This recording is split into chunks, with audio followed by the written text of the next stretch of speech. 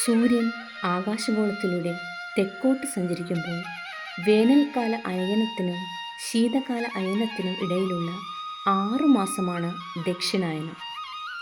കർക്കിടക സംക്രാന്തിയോടെ ദക്ഷിണായനം ആരംഭിക്കുന്നു.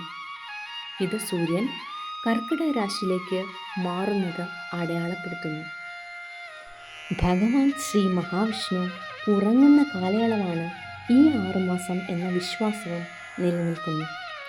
സർവ്വവിധ ഐശ്വര്യത്തിനും വേണ്ടി ശ്രീ മഹാവിഷ്ണുവിനെ ഈ 6 മാസം കാലവും പ്രാർത്ഥിക്കുന്നത് വളരെ വിശേഷപ്പെട്ടതാണ്.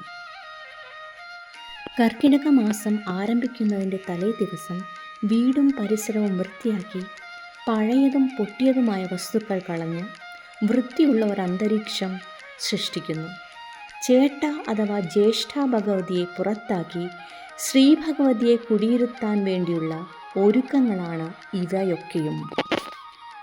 പൊട്ടിപ്പുറത്ത് ശ്രീ ഭഗവതി അകത്ത്, അല്ലെങ്കിൽ ജ്യേഷ്ഠ ഭഗവതി പുറത്ത് ശ്രീ ഭഗവതി അകത്ത്, അഥവാ ചേട്ടാ ഭഗവതി പോപ്പോ, ലക്ഷ്മി ഭഗവതി വാവ എന്നൊക്കെ പാടിയാണ് വീടിന് ചുറ്റും 3 തവണ വലം വെച്ചുകൊണ്ടാണ് പൊട്ടിയെ പുറത്താക്കുന്ന ചടങ്ങ്. പഴയ കീറിയ മുറത്തിൽ പൊട്ടിയ കലവും 3 ഉരുളച്ചോറും, ഒന്ന് മഞ്ഞ അഥവാ വെളുത്തത് മഞ്ഞൾ കൊണ്ടുണ്ടാക്കിയത്, ചുവപ്പ് മുളക് പൊടി കൊണ്ടുണ്ടാക്കിയത്, കറുപ്പ് ഉമിക്കരി അഥവാ ചിരട്ടക്കരി കൊണ്ടുണ്ടാക്കിയത്, കൂടാതെ ചുവന്ന വെള്ളം മഞ്ഞളും ചുണ്ണാമ്പും കൂടെ കലക്കിയത്, അതുകൂടാതെ പഴയ ചൂലം കൂട്ടി ഉരുളകളുടെ മുകളിൽ പടുന്തിരി കത്തിച്ച് വീടിന് അകത്തും പുറത്തും ചേട്ടാ ഭഗവതി പോപ്പോ, ലക്ഷ്മി ഭഗവതി വാവ എന്ന് പറഞ്ഞ് 3 തവണ പ്രദക്ഷിണം ചെയ്ത് വീടിന് പുറത്തു കൊണ്ട് ഇതെല്ലാം കൂടെ കളഞ്ഞിട്ട് തിരിഞ്ഞു നോക്കാതെ നേരെ പോയി കുളിക്കണം. കുളിക്കുമ്പോൾ എണ്ണ തേച്ച് വേണം കുളിക്കുവാൻ.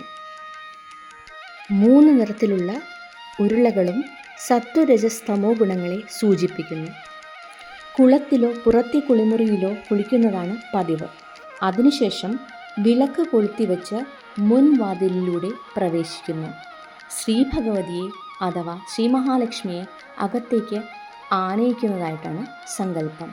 ചിലയിടങ്ങളിൽ വീടിനെ ഉമ്മറത്ത് വിളക്ക് കൊളുത്തി വയ്ക്കുകയും പതിവാണ്. ശ്രീ ഭഗവതിയുടെ സാന്നിധ്യം അറിയിക്കുന്നതാണ് ഇത്. ശേഷം കർക്കിടകം 1 അതിരാവിലെ എഴുന്നേറ്റ് കുളിച്ച് ദശപുഷ്പം, വിളക്ക്, നിറപറാഷ്ടമംഗലിയൊക്കെ ഒരുക്കി ഭഗവതിയെ എതിരേൽക്കുന്നു. അന്നേ ദിവസം മുതൽ രാമായണ പാരായണം നിഷ്ഠയോടുകൂടി വായിക്കുന്ന ഗൃഹങ്ങളുമുണ്ട്. ലോക സമസ്ത സുഖിനോ ഭവന്തു.